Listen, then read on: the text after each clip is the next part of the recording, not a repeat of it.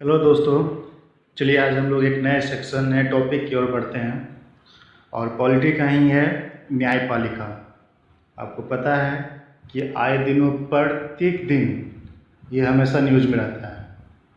कभी इसका नियुक्ति से संबंधित, कभी किसी याचिका से संबंधित या कभी इसका कार्यक्षेत्र से संबंधित, सदैव इसका जो है कि पेपर में आए दिन इसका कुछ न कुछ डिस्क्रिप्शन दिए रहता है, जो कि ये एग्ज़ाम पॉइंट ऑफ व्यू से बहुत ही ज़्यादा महत्वपूर्ण होता है। ठीक है, तो आपको पता ही है कि न्यायपालिका जो है कि देश में लोकतंत्र को स्थापित करने में एक बहुत ही महत्वपूर्ण भूमिका निभाता है। तो चलिए आज हम लोग इसी के बारे में पढ़ते हैं। उससे पहले देखते हैं कि हम लोग क्या क्या पढ़ेंगे, जैसे कि इसके क्या पोजीशन है, कहाँ पे न्यायपालिका है, क्यों इसका स्थापना किया गया था, वो देखेंगे। उसके बाद जो है कि क्या देश में इसका क्या प्रावधान है, कैसे उसका कार्य होता है, क्या गठन है उसमें, क्या उसका नियुक्ति का प्रक्रिया होता है, जो कि हमेशा नियुक्ति की प्रक्रिया में आप देखते होंगे हमेशा कुछ न कुछ इससे जो है कि विवादित मुद्दा जुड़ा हुआ रहता है। इसी के अंतर्गत जो है कि उसका देखेंगे क्या सिस्टम है, उसका योग्यता देखेंगे कैसे होता है। जो उसका देखिए सुप्रीम कोर्ट से जो महत्वपूर्ण जो टॉपिक क्वेश्चन बनता है वो बनता है इस क्षेत्र से, उसका कार्य से। कार्य के अंतर्गत उसका बहुत ही ज़्यादा क्वेश्चन आता है। इसी में आप लोग पढ़े होंगे, कुछ दिन सुने होंगे निर्भया कांड से संबंधित कुछ केस का ऐसा जो था जो कि न्यूज़ में पहली बार सुनने के लिए मिला था बहुत किसी को। ठीक है, तो उसके बारे में हम लोग जानेंगे क्या है नहीं है, उसका कार्य के बारे में देखेंगे क्या है नहीं है, और लास्ट में उसका हटाने का क्या प्रक्रिया है वो जानेंगे। ठीक है, तो इसी तरह इसको देखते रहिए शुरू से और पूरा अंत तक देखिए वीडियो को। उसके बाद जो है कि इसको अपने आसपास जितना भी आपका सर्कल है फ्रेंड्स का उसको शेयर कीजिए। ठीक है, चलिए देखते हैं।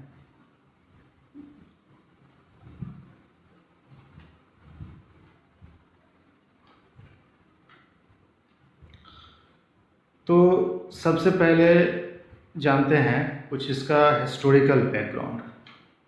ठीक है, आपको मालूम होगा कि कोई भी क्षेत्र प्राचीन काल से ही राजा महाराजा जो भी रहे, राजा या महाराजा, और उसका जो क्षेत्र होता था उस क्षेत्र में जो भी मामला आता था, चाहे वो न्यायिक मामला हो या उसमें किसी तरह का प्रशासनिक मामला हो या कोई विधिक मामला हो, किसी भी तरह का मामला होता था तो उसमें उसका राजा ही संपूर्ण वो सॉल्यूशन करता था उसका, किसी भी तरह का मामला हो।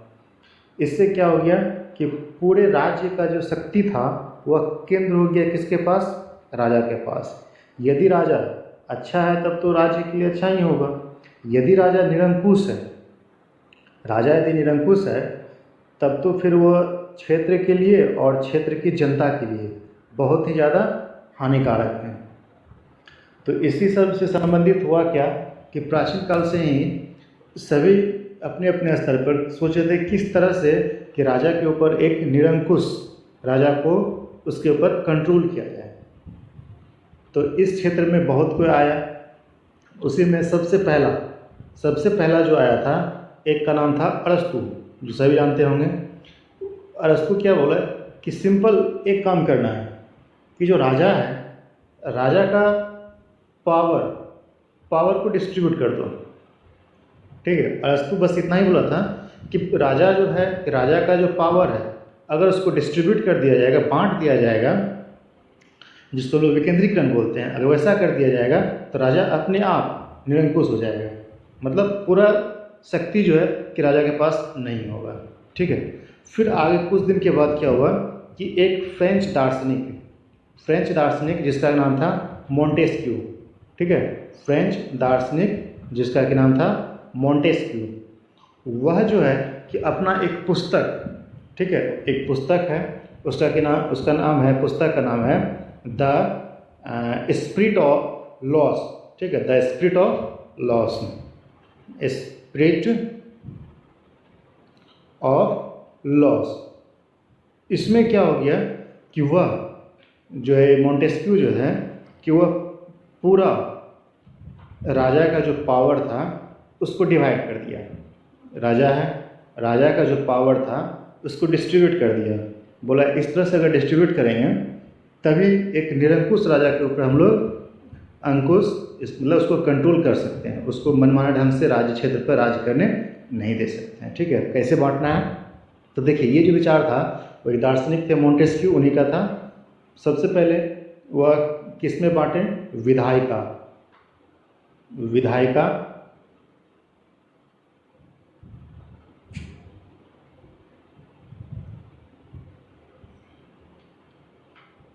वो जो बांटे हैं, पहला विधायिका, उसके बाद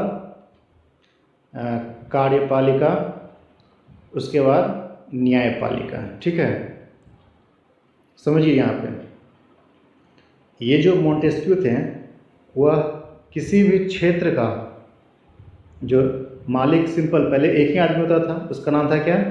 राजा होता था। चाहे किसी का नियुक्ति करना हो या कोई प्रशासनिक कार्य करना हो या कोई न्यायिक कार्य करना हो, सभी तरह का मामला कहाँ पर सॉल्यूशन होता था? वो राजा के पास होता था। जिसकी वजह से राजा क्या हो गया? स्वाभाविक है, अगर शक्ति किसी एक व्यक्ति के पास होगा तो वह व्यक्ति निरंकुश हो ही जाता है ज़्यादातर। ठीक है, तो इसी में मोंटेस्क्यू जो है कि अपना बुक्स में द स्पिरिट ऑफ लॉस में क्या किया? राजा के पावर को डिवाइड कर दिया 3 सेक्शन में। पहला था विधायिका, दूसरा है कार्यपालिका और तीसरा है न्यायपालिका। ठीक है, इसी अवधारणा से देखिए विधायिका क्या करेगा? विधायिका का कार्य होगा सिर्फ और सिर्फ वह विधि का निर्माण करेगा। ठीक है, विधायिका का कार्य क्या होगा? वह सिर्फ और सिर्फ विधि का निर्माण करेगा। उसके बाद क्या है कि कार्यपालिका, देखिए इस तरह से इसको हम ड्रॉ करके समझ सकते हैं। यहाँ पे विधायिका और यहाँ पे कार्यपालिका और यहाँ पे न्यायपालिका। तो देखिए यहाँ पे तीनों का काम बांट दिया गया था। क्या काम था? विधायिका, विधायिका को सिर्फ और सिर्फ वह विधि बनाना था, मतलब नियम बना दो और छोड़ दो, उससे तुमको ज़्यादा कुछ नहीं करना है। बाकी बात जब ये नियम बन जाएगा तो उस नियम का कौन फॉलो करवाएगा? कार्यपालिका। ठीक है, उस नियम का जो रेगुलेट कौन करवाएगा? रेगुलेटरी बॉडीज, कार्यपालिका। अब देखिए विधायिका और कार्यपालिका, ये विधायिका कोई भी नियम बना सकता है, कार्यपालिका उसको रेगुलेट करवाएगा। अब यदि ये जो नियम है वो कहाँ पे अप्लाई होगा? ऑब्वियसली ये जनता पे अप्लाई होगा। ठीक है, तो हुआ क्या कि जनता को कोई भी अगर मान चलिए ये दोनों विधायिका और कार्यपालिका कुछ ऐसा नियम कानून बनाता है जिससे कि जनता को हानि हो, तो यहाँ पे क्या है? न्यायपालिका। न्यायपालिका तुरंत इस जगह पे इस दोनों के द्वारा बनाया गया नियम कानून को ध्वस्त कर सकता है। ठीक है, तुरंत उसको शून्य कर देगा, मतलब उस नियम कानून का वैलिडिटी जो है ख़त्म हो गया। ठीक है, ये काम किसका होता है? न्यायपालिका का। मतलब न्यायपालिका एक तरह से क्या हो गया? संविधान का रक्षक। देखिए लेकिन सभी देश में इसका अलग अलग इम्पोर्टेंस होता है। अगर हम डिस्कस करें कि अमेरिका का, अगर अमेरिका का डिस्कस करते हैं तो देखिए वहाँ पे क्या होता है कि विधायिका, कार्यपालिका और न्यायपालिका, इस तीनों में बहुत ही ज़्यादा डिफरेंस है, थोड़ा सा भी एक दूसरे में लिंक नहीं है। जैसे कि देखिए वहाँ का विधायिका क्या है? कांग्रेस नाम है, वहाँ पे कानून बनेगा, 2 अपर हाउस लोअर हाउस वहाँ पे भी है। और कार्यपालिका जो कि प्रेसिडेंट महोदय होते हैं वहाँ के, और इसका काम देखिए इससे ना ही इससे मतलब होता है ना ही इसको इससे मतलब होता है, और न्यायपालिका तो किसी से मतलब होता है। मतलब ये जो मेथड होता है डिवीज़न ऑफ पावर, अमेरिका में स्ट्रिक्टली वह फॉलो किया जाता है। लेकिन भारत में अगर आप देखिएगा तो भारत में क्या होता है ना कि भारत में भी है ऐसा वर्णन, अनुच्छेद भारत में भी है, अनुच्छेद जो है कि आपका 50, अनुच्छेद जो है कि आपका 50 में यह वर्णन किया गया है कि विधायिका, कार्यपालिका और न्यायपालिका जो है इसके बारे में वर्णन किया गया है। कार्यपालिका और विधायिका के बारे, सॉरी, कार्यपालिका और न्यायपालिका के बीच में किसी भी तरह का इंटरफेयर नहीं किया जाएगा। ठीक है, तो मेरे ख्याल से यहाँ तक एक ओवरव्यू समझ गए होंगे कि न्यायपालिका का क्या काम होता है। सिंपल, न्यायपालिका का काम होता है न्याय दिलाना। किससे न्याय दिलाना? विधायिका और कार्यपालिका से। ठीक है, अगर वह विधायिका और कार्यपालिका के द्वारा किसी भी तरह का ऐसा नियम कानून बना दिया गया जो कि जनता के ऊपर वह एक बर्डन पड़ गया, वह उसके मौलिक अधिकार का हनन कर रहा है, तो यह तुरंत सुप्रीम कोर्ट क्या करेगा? उसको कर देगा, शून्य कर देगा। तो चलिए अब देखते हैं कि अब इसी में क्या है नहीं है। देखिए, अभी जस्ट डिस्कस किए थे हम लोग कि देश, कोई भी राज्य होता है, कोई भी राज्य क्षेत्र में यहाँ पे 3 बॉडीज होगा, 3 बॉडी दिया हुआ है। विधायिका, एक बॉडी है विधायिका आपका, दूसरा है कार्यपालिका, तीसरा है न्यायपालिका। ठीक है, न्यायपालिका हुआ। तो अभी हम लोग डिस्कस किए कि कार्यपालिका और विधायिका और न्यायपालिका के बारे में। विधायिका का काम क्या होता है? विधि निर्माण करना। कार्यपालिका का काम क्या होगा? ये जो विधायिका कोई भी विधि बनाएगा उस विधि का क्रियान्वयन करना। ठीक है, कार्यपालिका का काम ही है। कार्यपालिका फिर से इसको 2 भाग में डिवाइड किया जाता है। एक मंत्रिमंडल होगा और एक सचिवालय होगा, मतलब प्रशासनिक कार्यपालिका। सिंपल ये कह सकते हैं अस्थाई और अस्थाई कार्यपालिका। कार्यपालिका को 2 भाग में डिवाइड कर सकते हैं, अस्थाई परमानेंट और अस्थाई टेम्प्रोरी। परमानेंट में आ जाएगा पूरा आपका सैनिक विभाग, और टेम्प्रोरी में जो आता है आपको पता ही है कि हम लोग के जनप्रतिनिधि जो हैं वो सिर्फ और सिर्फ 5 ईयर के लिए ही आते हैं इलेक्ट होकर, तो वह उसको लोग क्या बोलते हैं? टेम्प्रोरी कार्यपालिका। और यहाँ पे आपका है न्यायपालिका। तो मेनली हम लोग को क्या पढ़ना है? न्यायपालिका। न्यायपालिका मतलब क्या करेगा? वो न्यायिक समीक्षा करेगा। ठीक है, तो चलिए देखते हैं इसके बारे में आगे क्या है नहीं है, पढ़ते हैं। देखिए, न्यायपालिका जो होता है इसका आपको पता है कि यह न्यायपालिका जो होता है कि संघीय व्यवस्था, मतलब संघीय व्यवस्था मतलब क्या हो गया कि पूरे देश में एक तरह से नियम कानून और उसके लिए एक ही सुप्रीम कोर्ट है। हर स्टेज बाय स्टेज पावर का डिवीजन किया गया है। ठीक है, तो संघीय व्यवस्था यही हुआ यहाँ पे। अब इसका जो प्रावधान है सुप्रीम कोर्ट का, उच्चतम न्यायालय का जो प्रावधान है अनुच्छेद 124 से 147 तक है और भाग 5 में है। ठीक है, तो भारत का न्यायिक व्यवस्था कैसा है? एकल व एकीकृत न्यायालय व्यवस्था है। एकल और एकीकृत न्यायिक व्यवस्था से क्या मतलब होता है? देखिए, इसका मतलब होता है कि देश का, यहाँ देखिए इसमें बहुत अच्छे से समझ में आएगा आपको कि देश में जो है कि देखिए इस तरह से होता है कि एक सुप्रीम कोर्ट होगा। इसको समझिए ठीक से। एकीकृत न्यायालय व्यवस्था मतलब क्या होता है कि देश में एक ही सुप्रीम कोर्ट होगा जो कि केंद्र के पास है, दिल्ली में। ठीक है, और जस्ट उसके नीचे क्या होता है? हर स्टेट का अपना अपना उच्च न्यायालय होता है, हाई कोर्ट होता है। ठीक है, यहाँ देख रहे हैं ऊपर में सुप्रीम कोर्ट है टॉप पे, जस्ट उसके नीचे क्या है? हाई कोर्ट है। और हाई कोर्ट के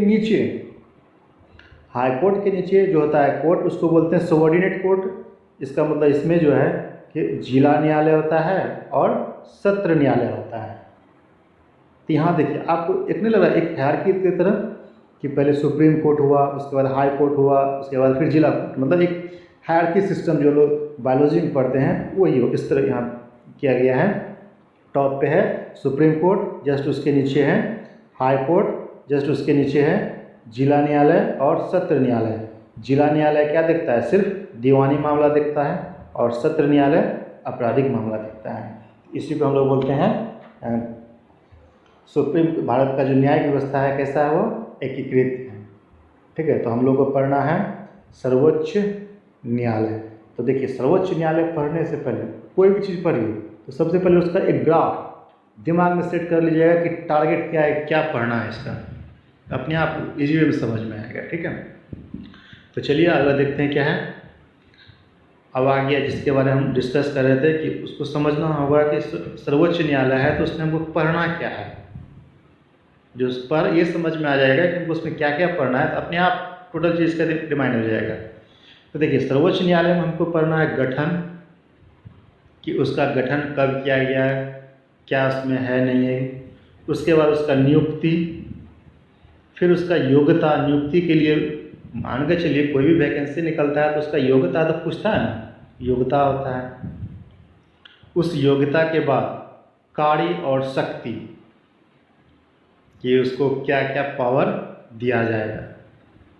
उसके बाद उसको हटाने का प्रावधान। हम लोग को सुप्रीम कोर्ट में बस इतना ही पढ़ना, यही इसी जगह से क्वेश्चन आता है। देखिए, सुप्रीम कोर्ट में क्वेश्चन ज़्यादातर कहाँ से आता है, इसका जो होता है ना कि हमेशा विवादित मुद्दा होता है नियुक्ति से संबंधित, और दूसरा है कार्य।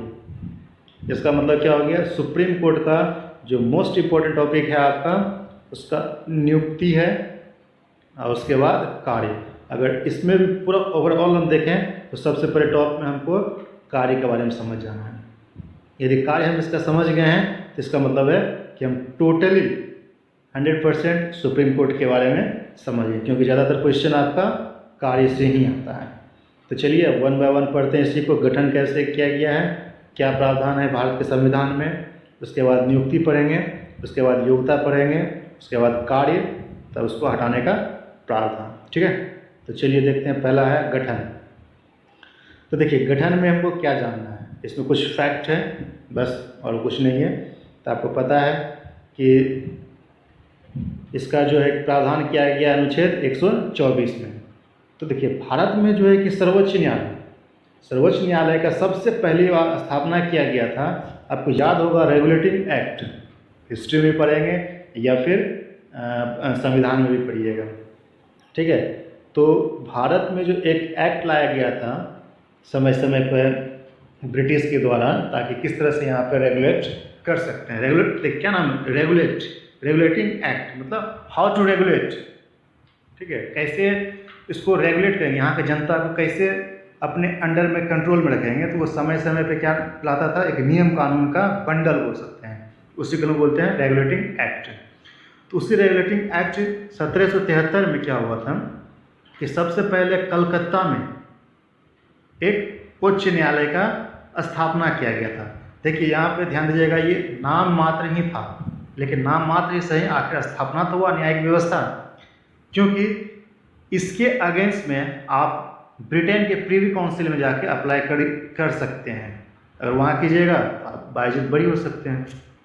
ठीक है, तो उस समय क्या प्रावधान था, 1+3 का बेंच था, मतलब एक चीफ जस्टिस था और 3 जो था अन्य न्यायाधीश था। तो अब इसमें क्या है कि फिर उसके बाद भारत में फेडरल सिस्टम, यानी कि भारत शासन अधिनियम 1935 के तहत दिल्ली में एक संघीय न्यायालय की स्थापना किया गया था। आपको पता है भारत शासन अधिनियम 1935 बहुत ही ज़्यादा इम्पोर्टेंट टॉपिक है, बहुत ज़्यादा इम्पोर्टेंट टॉपिक। तो उसमें प्रावधान किया गया था एक संघीय न्यायालय का, फेडरल न्यायालय किया गया था। अब स्वतंत्र भारत में, मतलब स्वतंत्र भारत कब हुआ था, 15 अगस्त 1947। उसके बाद जो है कि भारत में 28 जनवरी 1950 को भारत में सर्वोच्च न्यायालय का गठन किया गया था। देखिए, इसका हिस्टोरिकल बैकग्राउंड है, हालांकि ये सिर्फ फैक्ट के लिए है, उतना इम्पोर्टेंट नहीं है यूपीएससी के लिए। ठीक है, तो ये जो हिस्टोरिकल ऐसे नॉलेज के लिए आपका यूपीएससी पॉइंट ऑफ व्यू से इम्पोर्टेंट नहीं है। हाँ, उसके लोअर एग्जामिनेशन के लिए हो सकता है। ठीक है, कि भारत का जो ये संघीय न्यायालय व्यवस्था कहाँ से लिया गया है, इस तरह से आता है क्वेश्चन। तो चलिए अब इसमें क्या है कि इसका और कुछ जान जाते हैं। अब देखिए, इसका स्थापना कब किया गया था, 28 जनवरी 1950 में। और उस टाइम सबसे पहला जो सीजीआई कौन थे, जस्टिस जे हीरालाल कानिया। ठीक है, याद करते हैं ना, भारत का पहला मुख्य न्यायाधीश कौन था? जस्टिस जेठालाल कानिया, वही है। अब उसमें एक कुछ फैक्ट देख लेते हैं। भारत में सर्वोच्च न्यायालय का जो पहली महिला न्यायाधीश थी वह थी मीरा साहिब फातिमा बीबी। ठीक है, देखिए पहले महिला न्यायाधीश है, नॉट सीजीआई। ठीक है, अब यहाँ पे मुख्य न्यायाधीश में बनी थी लीला सेठ। ठीक है, लीला सेठ बनी थी कहाँ पे? ये जो है कि सीजीआई का, जो कि हिमाचल प्रदेश की थी। ठीक है, अब यहाँ पे क्या है कि इसका जगह कहाँ पे है, मतलब कि सुप्रीम कोर्ट का जगह कहाँ है, कहाँ पे ये न्यायालय का प्लेस है? तो एक्चुअली इसका प्लेस तो आपको पता है दिल्ली में है, लेकिन राष्ट्रपति के परामर्श के बाद ये दिल्ली के बाहर भी इसका गठन किया जा सकता है किसी स्पेशल केस के लिए। ठीक है, जिसमें कि 2 बार हो चुका है, एक हैदराबाद में और एक श्रीनगर। तो अब देखिए इसमें इसका जो रिटायरमेंट का आयु होता है वो होता है मैक्सिमम 65 ईयर। तो देखिए ये टॉपिक गठन से जो है, गठन में आपका उतना इम्पोर्टेंट टॉपिक नहीं है यूपीएससी के लिए, ध्यान दीजिएगा। हाँ, फैक्ट सब है। अब आपको पता ही है कि यूपीएससी का जो एग्ज़ाम होता है वो फैक्ट बेस्ड नहीं होता है, वो आपका अंडरस्टैंडिंग बेस्ड होता है। जितना आप समझिएगा, समझ के अपने वे में उसको लिखना होगा।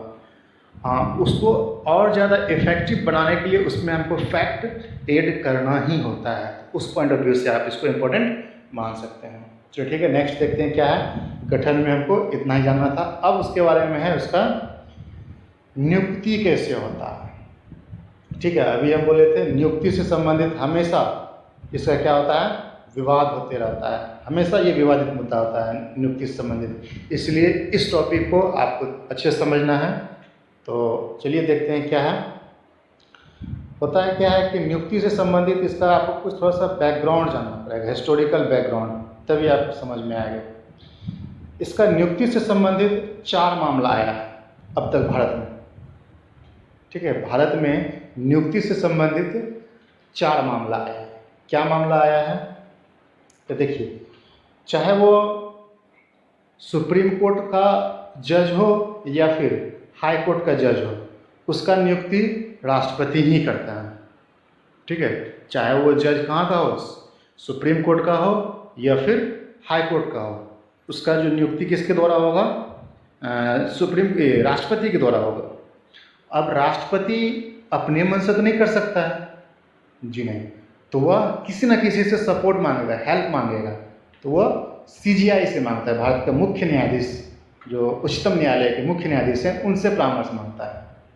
ठीक है, तो इसी संबंधित देखते हैं क्या है नहीं है। इसमें सबसे पहला प्रथम प्रावधान जो था, देखिए सबसे पहला प्रावधान जो था, प्रथम जो मामला था इसका नियुक्ति से संबंधित, वह क्या था कि देखिए कि अभी हम बोले कि सीजीआई क्या करेगा कि राष्ट्रपति को कोई किसी का भी नाम देगा। चलिए हाँ ठीक है, इस आदमी को यहाँ पे भेज दीजिए, इस हाई कोर्ट में, इसको इस जगह भेज दीजिए। राष्ट्रपति क्या होता है, चलिए हाँ ठीक है, राष्ट्रपति उसको अपॉइंटमेंट कर देता था।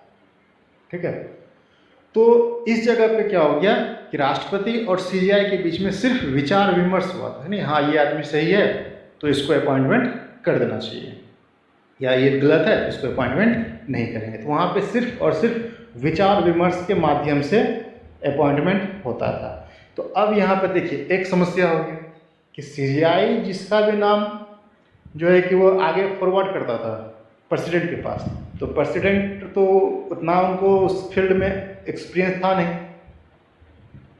चलिए ठीक है, जो सीजीआई महोदय बोले उसको अपॉइंटमेंट कर दो। तो यह मामला फिर आगे बढ़ते गया। तो आया दूसरा मामला कब आया था? 1993 में आया था, 1993 में, द्वितीय न्यायाधीश मामला। उसमें बोला ये तो गलत है ना कि मान चलिए सीजीआई किसी का भी नाम देगा तो वह प्रेसिडेंट महोदय उसको अपॉइंटमेंट कर देंगे, जो कि ऐसा नहीं होना चाहिए। तो उसमें फिर से प्रावधान किया गया। क्या प्रावधान किया गया कि बोला सीजीआई जो है कि वो अकेले प्रेसिडेंट को एडवाइस नहीं देगा, यहाँ देखिए एडवाइस दे रहे हैं, सलाह देने की बात कर रहे हैं, सलाह देता है। तो फिर कैसे होगा? बोला कि देखो उसमें क्या होगा, एक सीजीआई होगा और सीजीआई के साथ 2 अन्य न्यायाधीश होगा। इसका मतलब यहाँ कितना हो गया टोटल? 3 सदस्य हो गया। अब यह 3 सदस्य मिलकर जिसका भी नाम राष्ट्रपति महोदय को भेजेंगे वह उनको स्वीकार करना ही होगा। इसका मतलब क्या हो गया, ये बाध्यकारी बना दिया गया। ठीक है।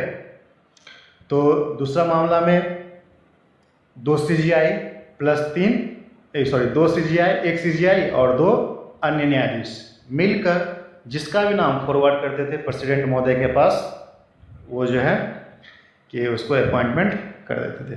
एक्चुअली देखिए ये जो था ना कि अपॉइंटमेंट किसको करना है नहीं करना है, उसमें भी उस समय समस्या हो गई, इसलिए फिर से आगे मामला आया जो कि अभी वर्तमान में भी चल रहा है।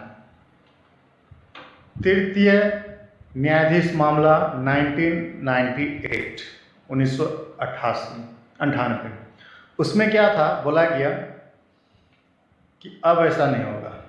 सबसे पहले देखो एक सीजीआई होगा, उसके बाद 4 वरिष्ठतम अन्य न्यायाधीश होंगे, मतलब जिनका एज रिटायरमेंट के पास हो।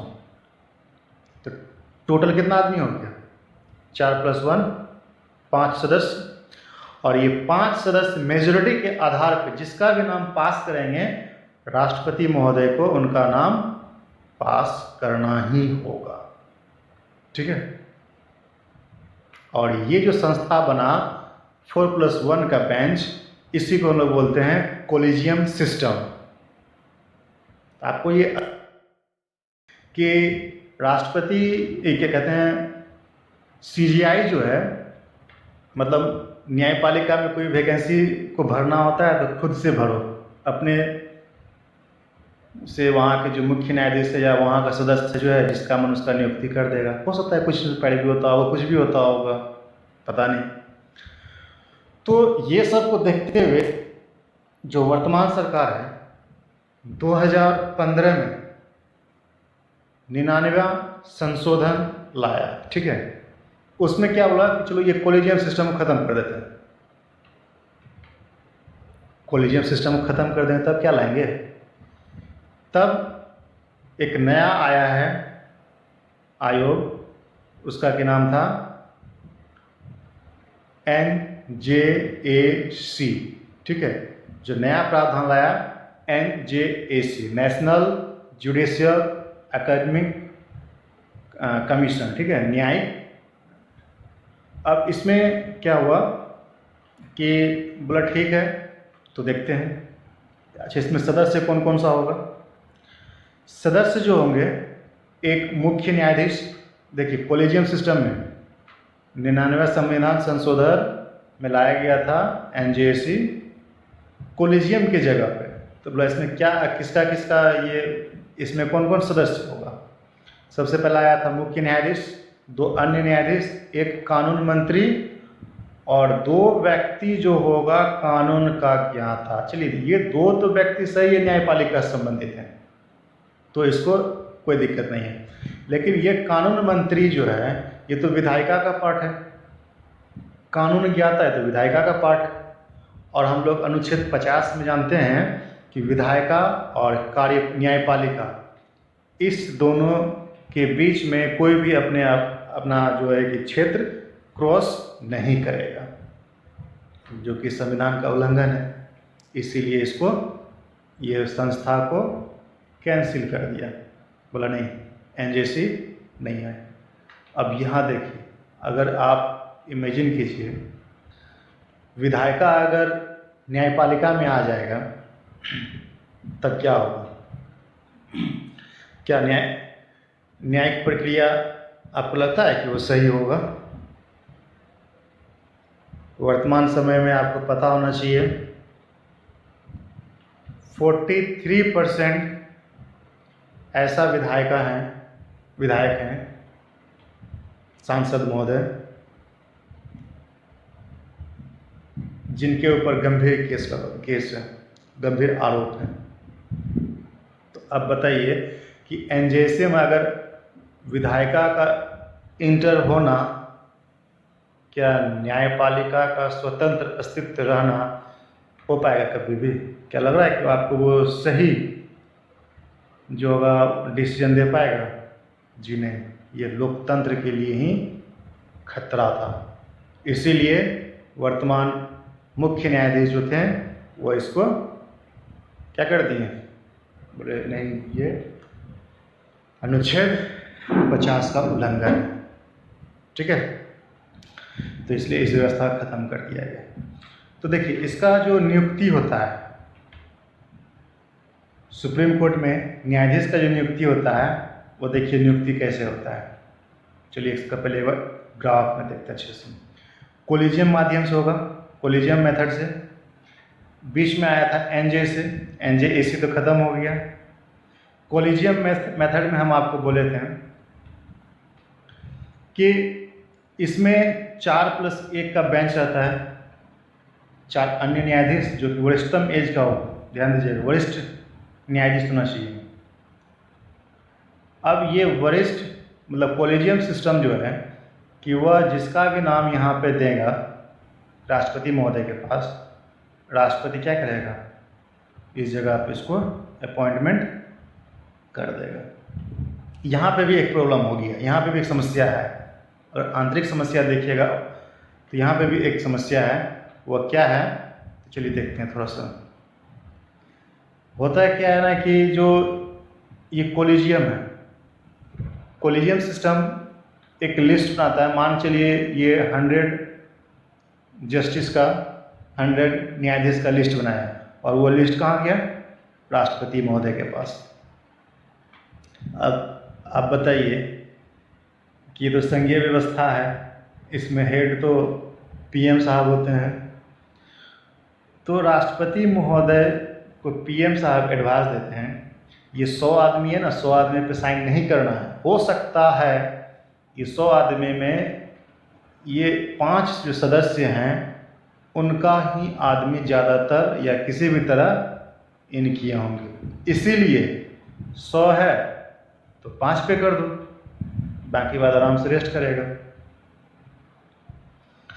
तो यही इसी तरह वर्तमान में जो है कि किसी भी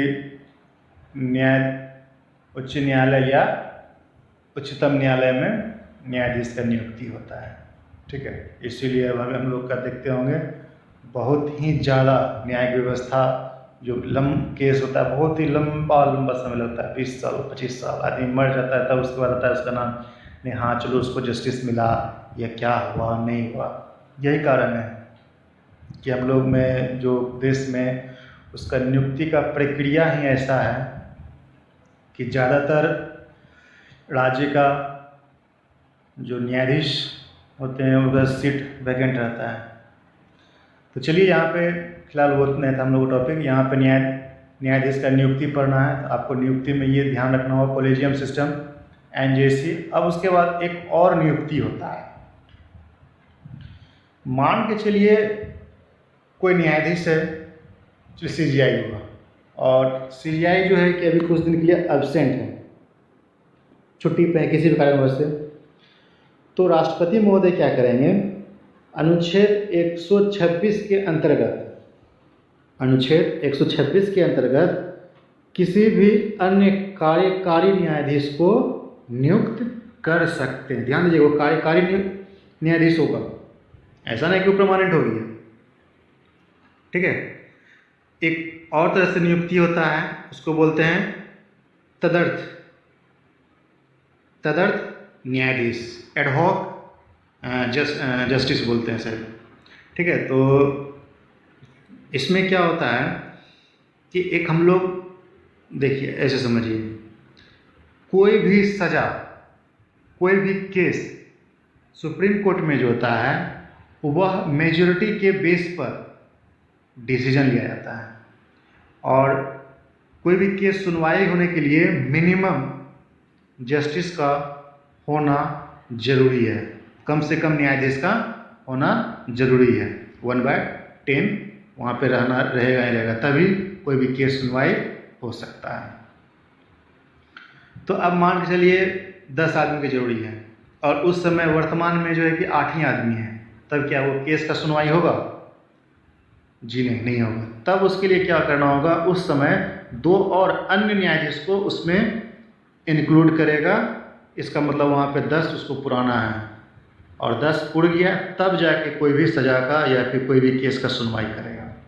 ये जो 2 एक्स्ट्रा आदमी को वहाँ पे इंक्लूड किया गया था, जैसे कि यहाँ पे 10 आदमी का ज़रूरत था, उसको फिर समझिए यहाँ पे था कितना? 10 आदमी का ज़रूरत था, 10 आदमी का ज़रूरत है, ठीक है। लेकिन है कितना वर्तमान में? मान लेते हैं यहाँ पे 8 आदमी हैं। तो क्या आपको लग रहा है कि इसमें कोई भी केस का सुनवाई होगा? कभी नहीं होगा। तब ये क्या होगा कि अन्य न्यायाधीश जो किसी दूसरे न्यायाधीश को अपॉइंटमेंट करेंगे, बोले चलो इस केस को सुनवाई करना है। अब यहाँ कितना संख्या हो गया? कुल मिला के 10 हो गया। 10 हो गया, इसका मतलब अब वह सुनवाई कर सकता है। तो यहाँ पे जो दो एक्स्ट्रा जो जस्टिस का अपॉइंटमेंट हुआ था, इसी को बोलते हैं एडहॉक जस्टिस। वह अनुच्छेद 127 के प्रावधान के अनुसार इसको नियुक्त किया जा सकता है। इसी को बोलते हैं तदर्थ न्यायाधीश। तदर्थ न्यायाधीश हमेशा कब नियुक्त होता है? जब किसी भी केस की सुनवाई में न्यायाधीशों की संख्या कम होता है, गणपूर्ति जिसको बोलते हैं, तो उसको पूरा करने के लिए जितना एक्स्ट्रा न्यायाधीश का जरूरत पड़ेगा उसी को बोलते हैं तदर्थ न्यायाधीश, ठीक है। अब चलिए अगला है, एक और है यहाँ पे अनुच्छेद 128 के अंतर्गत सेवानिवृत्त न्यायाधीश का भी नियुक्ति होता है। मान चलिए कोई न्यायाधीश है, ठीक है, कोई जस्टिस है, वो रिटायरमेंट हो गए, तो भारत सरकार राष्ट्रपति महोदय क्या करेंगे? उनको पुनः जो है अपना सेवा कार्यकाल कर सकते हैं। सेवा जो है कि कुछ दिन तक देश को अपना दे सकते हैं, इनका इच्छा है तो इस तरह से इनका नियुक्ति होता है अनुच्छेद 128 के अंतर्गत, ठीक है। यहाँ ध्यान दीजिए, सुप्रीम कोर्ट का जो नियुक्ति हुआ, नियुक्ति में देखिए, नियुक्ति तो आपको हालांकि एक ही जानना है, कोलिजियम प्रणाली से होता है। कोलिजियम प्रणाली क्या होता है कि चार वरिष्ठतम न्यायाधीश प्लस एक मुख्य न्यायाधीश का बेंच है ये। और देखिए, राष्ट्रपति महोदय कोई भी टेंशन लेना नहीं चाहता है, किसी भी तरह का वाद विवाद से बचना चाहता है, इसलिए बोल दिया है जिसका सबसे ज़्यादा एज होगा वही मुख्य न्यायाधीश बनेगा। इसी व्यवस्था को आगे कंटिन्यू करते हुए एक न्याय एनजेएसी का स्थापना किया गया था, लेकिन इसमें क्या हो गया, विधायिका के सम्मिलित होने की वजह से इसको खारिज कर दिया गया, ठीक है। एक और मेथड होता है, वो तो तत्कालीन होता है, कार्यकारी न्यायाधीश का नियुक्ति कर सकते हैं जब लगे कि मुख्य न्यायाधीश या कोई न्यायाधीश की ज़रूरत है और वह अपने कार्यकाल पर नहीं वर्क कर रहे हैं किसी भी कारणवश से, तो हम अलग से न्यायाधीश को अपॉइंटमेंट कर सकते हैं। एक होता है तदर्थ न्यायाधीश अनुच्छेद 127 के अंतर्गत। इसके अंतर्गत क्या हो गया, किसी भी कोई भी केस का सॉल्यूशन करने के जो मिनिमम रिक्वायरमेंट होता है न्यायाधीश का संख्या, वो पूरा नहीं होता है तो अन्य न्यायाधीश को उसमें हम लोग इंक्लूड करते हैं, जितना करते हैं उसे बोलते हैं तदर्थ न्यायाधीश। उसके बाद क्या होता है, एक और है लास्ट में 128 के अंतर्गत सेवानिवृत्त न्यायाधीश को हम लोग जो भारत के चीफ जस्टिस ये या प्रेसिडेंट महोदय वो क्या कर सकते हैं कि ठीक है, जो है कि आप अपना सेवा चाहें तो कंटिन्यू कर सकते हैं। तो ये था आपका नियुक्ति से संबंधित प्रावधान। नियुक्ति से संबंधित थोड़ा सा बस आपको कोलिजियम सिस्टम यहाँ पे आपको ध्यान रखना है, कोलिजियम सिस्टम यही थोड़ा सा इम्पोर्टेंट होता है इसमें, बाकी बात तो दूसरा देखते हैं। चलिए देखते हैं क्या है। अब रहा कि नियुक्ति तो हो गया, उसका योग्यता भी तो होना चाहिए, क्या योग्यता है, तो चलिए देखते हैं। पहला उसका योग्यता है कि वह भारत का नागरिक हो, ठीक है, कम से कम 5 वर्षों तक उच्च न्यायालय में न्यायाधीश हो। अगला है कम से कम 10 वर्षों तक उच्च न्यायालयों में वकालत करता हो, या फिर राष्ट्रपति के राय में एक प्रख्यात न्यायविद हो, अच्छा मतलब कानून का ज्ञाता हो, तो डायरेक्ट उसको अपॉइंटमेंट दिया जा सकता है सुप्रीम कोर्ट में। ठीक है, ऐसा प्रावधान है हम लोग में। तो ये तो हो गया उसका योग्यता। अब देखिए, इतना बड़ा पोस्ट दीजिएगा, जब तक उसको सिक्योरिटी नहीं दीजिएगा तो क्या वो लगता है कि आप सही से वो काम कर पाएगा? कभी नहीं। इसलिए न्यायाधीश का स्वतंत्र होना अति आवश्यक है। आपको पता है उसका नियुक्ति का तरीका स्वतंत्र है, कार्यकाल का सुरक्षा उसका मतलब 65 साल, समझे ना, इसका 65 साल तक वो काम कर सकता है। सेवा निश्चित शर्त पे होता है, उसका सैलरी वगैरह सब संचित निधि से है।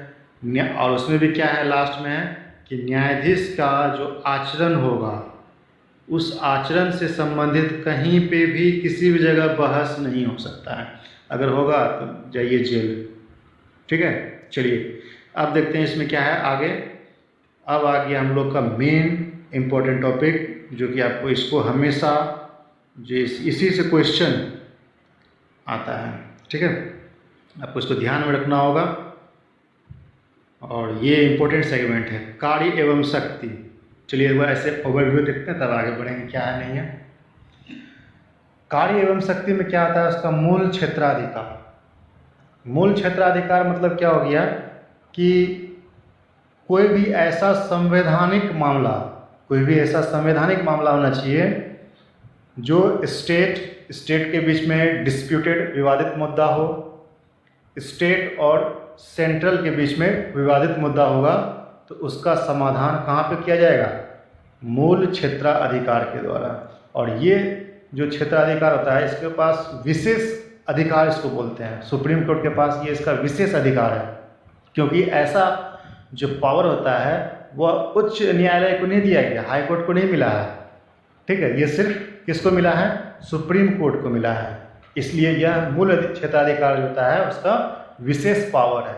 इसमें क्या होता है, वह स्टेट के बीच में किसी भी तरह का डिस्प्यूटेड एरिया है या डिस्प्यूटेड मैटर है तो उसका सॉल्यूशन होगा, या फिर स्टेट और सेंट्रल के बीच में किसी भी तरह का डिस्प्यूटेड मैटर है तो उसका भी सॉल्यूशन किया जाएगा कहाँ पे? सुप्रीम कोर्ट में। ठीक है, उसके बाद इसका जो देखते हैं अगला, इसमें है न्यायाधीश। आपको पता है तो न्याय करता ही है। सेकेंड मैटर है, सेकेंड जो इसका शक्ति है, अपीलीय क्षेत्राधिकार। सबसे पहला तो आपको पता है कि सर्वोच्च न्यायालय तरह कोर्ट जो होता है कि संविधान का व्याख्याता है, संविधान का रक्षक है, जिसके कारण अगर किसी भी तरह का कोई मामला आता है जो कि संविधान का उल्लंघन कर रहा है तो वो उसका अपील कर सकता है, उसमें उसका सुनवाई कर सकता है। उसके बाद क्या होता है, सलाहकार क्षेत्राधिकार। मतलब वह सुप्रीम कोर्ट का जो सुप्रीम कोर्ट होता है, अभी हम लोग पढ़े थे कि राष्ट्रपति को सलाह देता है।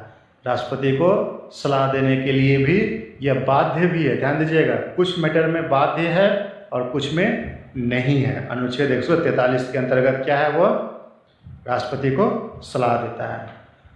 इसमें अगला देखते हैं अभिलेख न्यायालय। अभिलेख न्यायालय मतलब क्या होता है कि देखते नहीं है कि शिलालेख अभिलेख जो अशोक के ज़माने में था, हम लोग आज तक पढ़ते आ रहे, पत्थर पे लिखा हुआ है। ठीक है, तो उसी तरह अनुच्छेद 226 के अंतर्गत क्या है, प्रावधान किया गया है कि जो सुप्रीम कोर्ट के द्वारा दिया गया कोई भी डिसीजन होगा, सुप्रीम कोर्ट के द्वारा दिया गया किसी भी तरह का कोई डिसीजन है तो उस डिसीजन को सुरक्षित रखा जाएगा ताकि उसके अधीनस्थ न्यायालय जो है उसका अनुसरण कर सके, या फिर सेम कंडीशन होने की वजह से आगामी किसी भी अन्य केस में इसका उपयोग किया जा सकता है। ठीक है, इसलिए सर्वोच्च न्यायालय का जो होता है एक अभिलेख न्यायालय, ध्यान दीजिएगा, सर्वोच्च न्यायालय भी अभिलेख न्यायालय है और हाई कोर्ट भी एक अभिलेख न्यायालय की तरह है, ध्यान दीजिएगा इसमें। ठीक है, तो अगला इसमें है न्यायिक समीक्षा। न्यायिक समीक्षा मतलब क्या हो गया कि अभी जस्ट हम बोले थे कुछ देर पहले कि विधायिका और कार्यपालिका वो किसी भी तरह का कोई भी नियम कानून बना सकता है। बस वह नियम कानून यदि संविधान का उल्लंघन कर रहा है तो ये सुप्रीम कोर्ट क्या कर सकता है, उस विधि को अमान्य घोषित कर सकता है, शून्य घोषित कर सकता है। ठीक है। अब इसमें कुछ इसका अन्य शक्ति भी है, जैसे कि मान चलिए प्रेसिडेंट का इलेक्शन हो रहा है तो उसमें कुछ विवादित मुद्दा आ गया तो उसका सुनवाई कहाँ होगा, सुप्रीम कोर्ट में होगा। ठीक है। तो ये एक तरह से हम लोग ओवरव्यू देखें इसका। चलिए अब इसके बारे में थोड़ा सा डिटेल में पढ़ते हैं क्या है नहीं है। तो सबसे पहला है इसका मूल, देखिए ये सब आपको याद करना होगा, इसको लिख लीजिए कॉपी में और लिख के उसको 2-3 बार प्रैक्टिस कीजिएगा, अपने आप याद हो जाएगा। सिंपल है, बहुत ही सिंपल है। चलिए देखिए इसमें क्या है, पहला कि अभी हम लोग पढ़े थे मूल क्षेत्राधिकार। मूल क्षेत्राधिकार मतलब क्या हो गया, अनुच्छेद 131 के अंतर्गत इसको विशेषाधिकार प्राप्त हैं। किसको, सुप्रीम कोर्ट को। क्यों, क्योंकि यह जो है डिसीजन करता है केंद्र राज्य के बीच में किसी भी तरह का कोई विवादित मुद्दा है। ध्यान दीजिएगा यहाँ पे अंतर्राज्यीय जल मुद्दा नहीं हुआ यहाँ पे, क्योंकि वो वैधानिक नहीं है। ठीक है। राज्य का कोई मैटर है तो उससे संबंधित सुनवाई वो कहाँ कर सकता है, सुप्रीम कोर्ट में। और सुप्रीम कोर्ट को जो ये सुनवाई करता है ये क्या से हो गया, उसका मूल क्षेत्राधिकार हो गया। ठीक है। और इसके पास ये एक स्पेशल विशेष पावर है। ठीक है। मूल क्षेत्राधिकार में बस आपको इतना ही याद रखना है। चलिए अगला पावर देखते हैं क्या है। अगला पावर है न्यायाधीश क्षेत्राधिकार। न्यायाधीश क्षेत्राधिकार मतलब क्या होता है, रीट अनुच्छेद 32 के अंतर्गत, अनुच्छेद 32 के अंतर्गत क्या कर सकता है, यह रीट जारी कर सकता है। लोग पढ़े ना, परमादेश, अनुप्रेषण, ये सब जो होता है वह जारी कर सकता है। ध्यान दीजिएगा, ये रीट जारी करने का ना अधिकार सिर्फ और सिर्फ सुप्रीम कोर्ट के पास ही नहीं है, ये ऐसा अधिकार उच्च न्यायालय के पास भी है, हाई कोर्ट के पास भी है। और आपको ये भी मालूम होना चाहिए रीट के मामले में सुप्रीम कोर्ट से ज़्यादा पावरफुल होता है ये हाई कोर्ट होता है, क्योंकि इसके पास तो सिर्फ और सिर्फ 5 ही रीट है, लेकिन छठा रीट उनके पास है, हाई कोर्ट के पास। बहुत मामला है, उसके बारे में आगे हम पढ़ेंगे बाद में। तो चलिए अब यहाँ पे अगला इसका वर्क देखते हैं क्या है। अगला वर्क है इसका अपीलीय क्षेत्राधिकार। ये इम्पोर्टेंट है, अपीलीय क्षेत्राधिकार, इसको थोड़ा सा याद कीजिएगा। ठीक है। अपीलीय क्षेत्राधिकार में देखिए ये कितना मामले में आप इसमें अपील कर सकते हैं, सुप्रीम कोर्ट में किस मामले में आप अपील कर सकते हैं। सबसे पहला रहा संवैधानिक मामला में। ठीक है। दूसरा रहा दीवानी मामले में। तीसरा है आपराधिक मामला। चौथा है विशेष अनुमति द्वारा अपील। अब क्या है इसमें, चलिए देखते हैं क्या है। आपको पता है कि संविधान का रक्षक होने की वजह से अगर अनुच्छेद 13 द्वारा कोई भी इसका उल्लंघन करता है तो डायरेक्ट सुप्रीम कोर्ट उसके अगेंस्ट में किसी भी तरह का संवैधानिक कार्रवाई कर सकता है। ठीक है। तो ये हो गया संवैधानिक से रिलेटेड। अब है दूसरा जो है कि दीवानी मामला। दीवानी मतलब वही पैसा कौड़ी जो होता है उसका अनुच्छेद 133 के अंतर्गत आप वहाँ पे अप्लाई कर सकते हैं। चलिए यहाँ पे आइए, अगला जो आपका है जो जिस मैटर में अप्लाई कर सकते हैं उसको बोलते हैं आपराधिक मामला। देखिए ध्यान से सुनिए ये आपराधिक मामला क्या है। आपराधिक मामला अनुच्छेद 134 के अंतर्गत जो होता है सुप्रीम कोर्ट में आप अपील कर सकते हैं। अब कब अपील किया जाएगा, सब तो कहता है कि supreme court supreme court supreme court, लेकिन सुप्रीम कोर्ट जो होता है मुख्यतः वह संविधान से संबंधित है। संविधान का उल्लंघन करने के बाद ही आप वहाँ अप्लाई कर सकते हैं। और कुछ क्षेत्र है ऐसा भी दिया गया है क्योंकि उसके पास भी बहुत ज़्यादा वर्कलोड है, तभी तो हर स्टेट में उच्च न्यायालय है, उसके बाद अधीनस्थ न्यायालय है। ठीक है। चलिए इसमें देखते हैं आपराधिक मामला में किस मैटर पे आप सुप्रीम कोर्ट में अप्लाई कर सकते हैं। होता है क्या है कि मान के चलिए यहाँ पे हाई कोर्ट है, ये हाई कोर्ट हुआ, और ये उसका सबऑर्डिनेट कोर्ट यानी कि अधीनस्थ न्यायालय है यहाँ पे। समझिए इसको क्या है, समझिएगा, बहुत ये है। क्या रहा, आपका ये हाई कोर्ट है और ये सबऑर्डिनेट कोर्ट अधीनस्थ न्यायालय है, और यहाँ पे आपका सुप्रीम कोर्ट है। होता है क्या है, अधीनस्थ न्यायालय के अंतर्गत कोई भी ऐसा मामला, ठीक है, जो कि अधीनस्थ न्यायालय उसको बरी कर दिया है, बाइज्जत बरी कर दिया है। कोई भी केस चल रहा है और अधीनस्थ न्यायालय जिला न्यायालय में क्या हो गया, उसको बाइज्जत बरी मिल गया।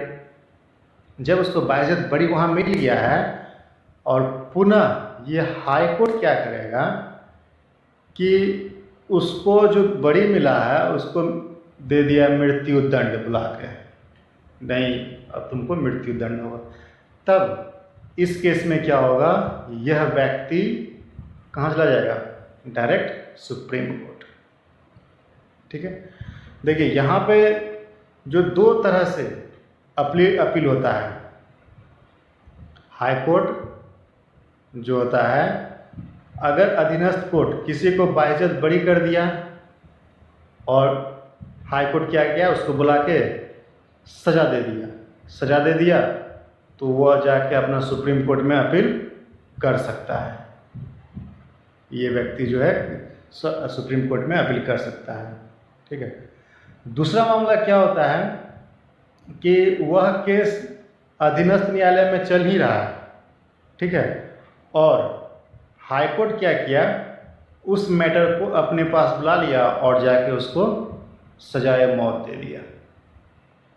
ध्यान दीजिए, अधीनस्थ न्यायालय में वो मैटर चल ही रहा है, लेकिन उसको अपने पास क्या हुआ, बुला लिया और उसको सजा दे दिया।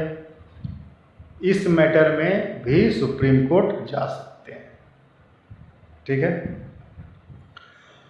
अब क्या रहा कि देखिए, आप एक और तरह से भी जा सकते हैं। जो सुप्रीम कोर्ट है, विशेष अनुमति द्वारा अपील। इसका मतलब क्या होगा कि उच्च न्यायालय क्या होता है ना, कि कोई भी केस अगर ट्रांसफ़र होता है high court to supreme court, तो वहाँ पे उच्च न्यायालय एक समय अवधि के अंतराल में उसको बोलता है कि तुम जाकर वहाँ पे अप्लाई करोगे तो जो भी तुम्हारा कार्रवाई होगा आगे होगा, प्रोसीड होगा। तो वह हो गया विशेष अनुमति। इसी में एक और होता है कि इन केस यदि सुप्रीम कोर्ट जो है वह प्रमाण पत्र देने में विलंब करता है। ध्यान दीजिएगा, ऐसा ही केस हुआ था इसमें, निर्भया केस में, जो लास्ट में क्यूरेटिव पिटीशन सा दिया गया था उनके वकील के द्वारा। क्या होता है अभी समझ में आएगा कि यदि प्रमाण पत्र देने में विलंब करता है कौन, हाई कोर्ट, या नहीं देता है, तब अनुच्छेद 136 के अंतर्गत उसको बोलते हैं हम लोग स्पेशल लीव परमिशन। ठीक है, उसको बोलते हैं स्पेशल लीव परमिशन। तो इसके अंतर्गत आप डायरेक्ट सुप्रीम कोर्ट जा सकते हैं। ये लास्ट उपाय है, इसी को बोलते हैं क्यूरेटिव पिटीशन।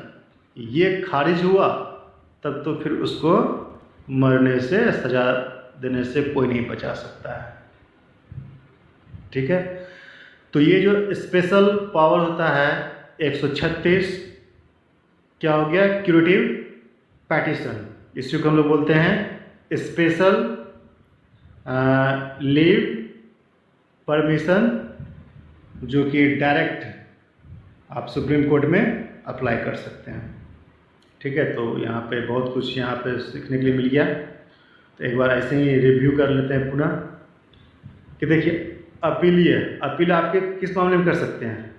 अपील कर सकते हैं, सभी मामले में नहीं होता है, कुछ मामले में होता है। क्या क्या है उसका मामला, संवैधानिक मामला में हो सकता है, दीवानी मामला में हो सकता है, आपराधिक मामला में हो सकता है। आपराधिक मामला में दो मामला हम बताएं कि यदि कुछ ऐसा केस है जो अधीनस्थ न्यायालय में चल रहा है, तो हाई कोर्ट क्या किया, उसको अपने पास बुला के और उसका सॉल्यूशन कर दिया, जाइए आपको फांसी हो गया, ये हो गया, वो हो गया, तो उस केस में डायरेक्ट वो जा सकता है।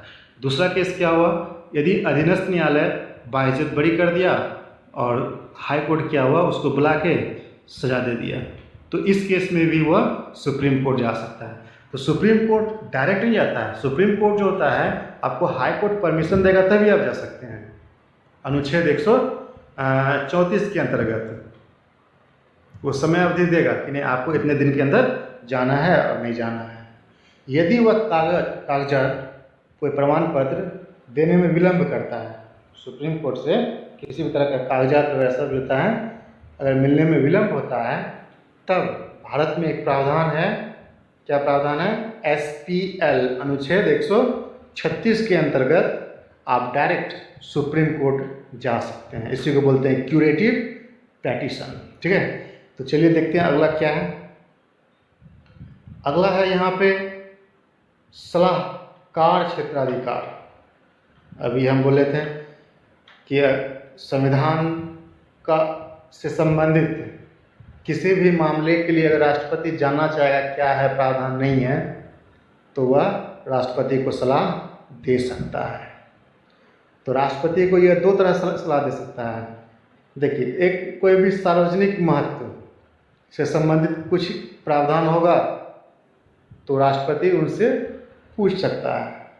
देखिए, लेकिन क्या हुआ कि सार्वजनिक महत्व से संबंधित प्रावधान के लिए सुप्रीम कोर्ट बाध्य नहीं है कि हाँ आपको जवाब देना ही है और नहीं देना है। दूसरा जो है मैटर है, दूसरा यहाँ पे जो मैटर है वह है किसी पूर्व संवैधानिक संधि। ठीक है, किसी पूर्व संवैधानिक संधि या समझौते इत्यादि मामलों पर विवाद होने पर, मान के चलिए हमेशा देखते होंगे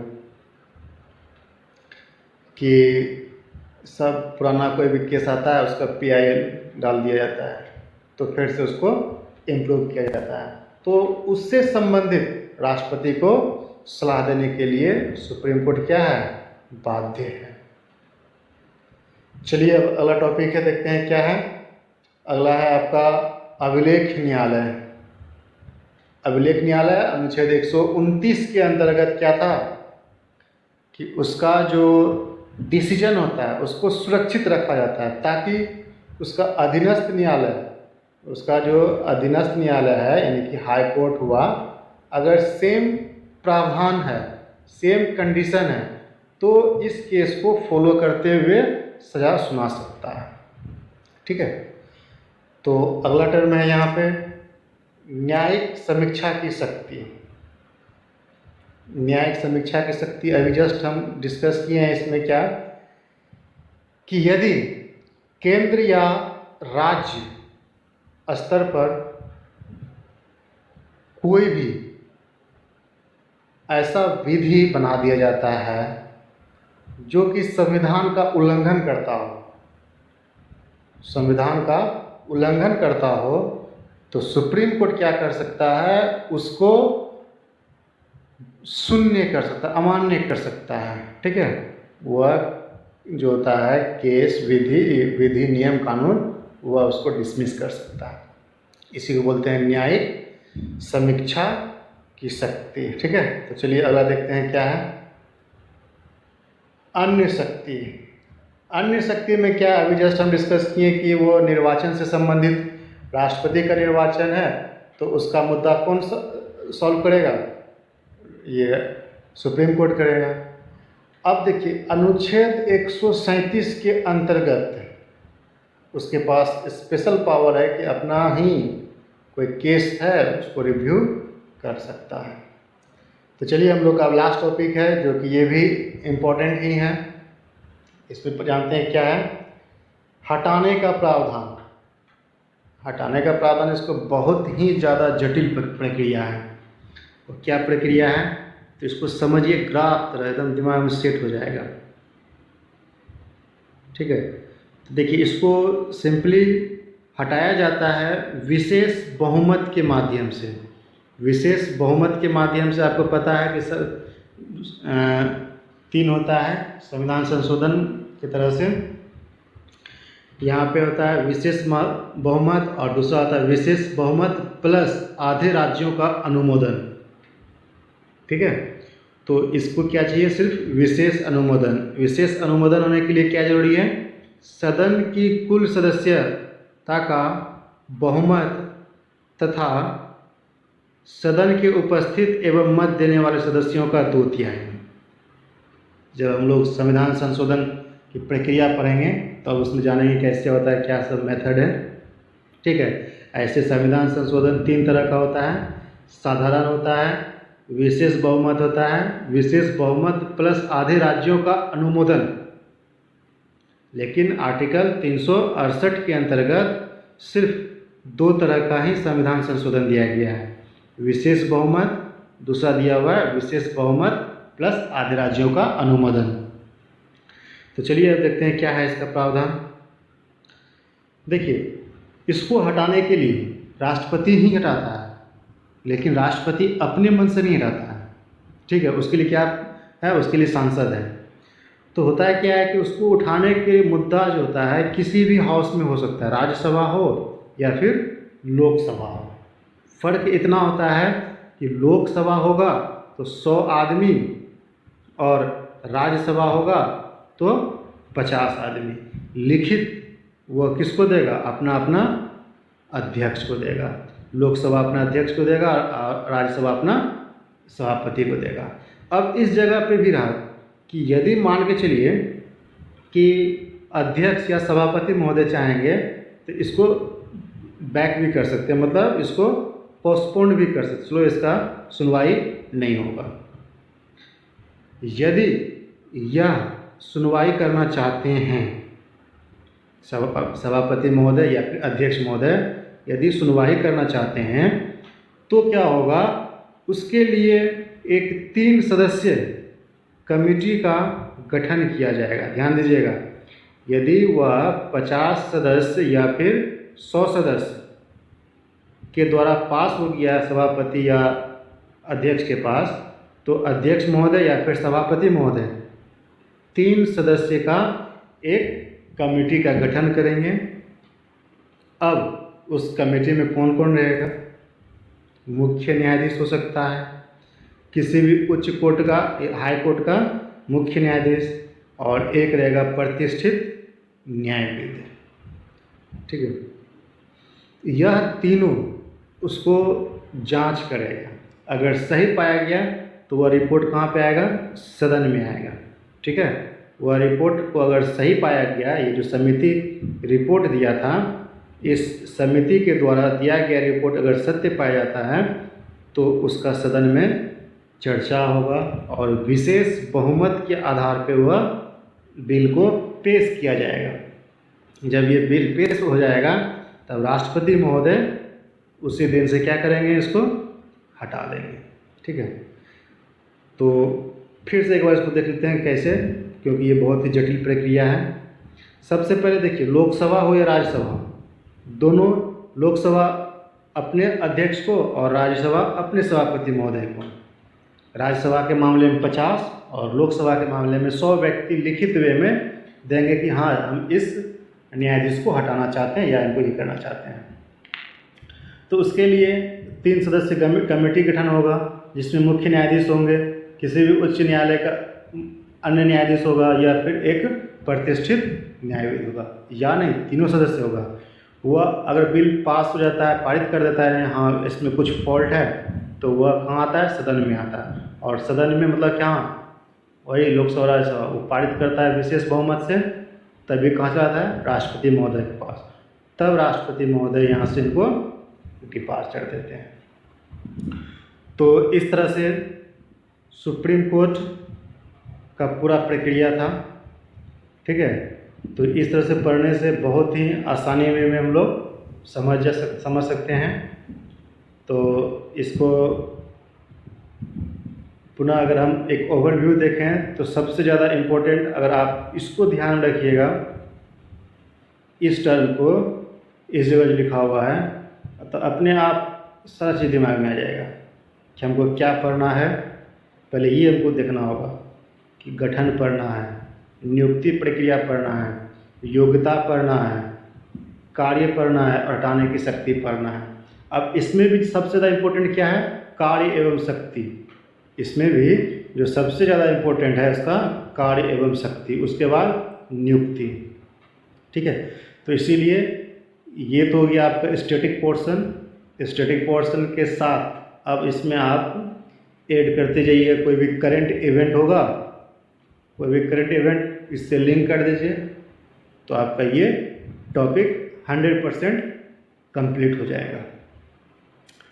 तो ठीक है, तो आप कैसा लगा आपको वीडियो ज़रूर इसको बताइए और इसको ज़्यादा से ज़्यादा अपने दोस्तों के बीच में शेयर कीजिए। ठीक है, धन्यवाद।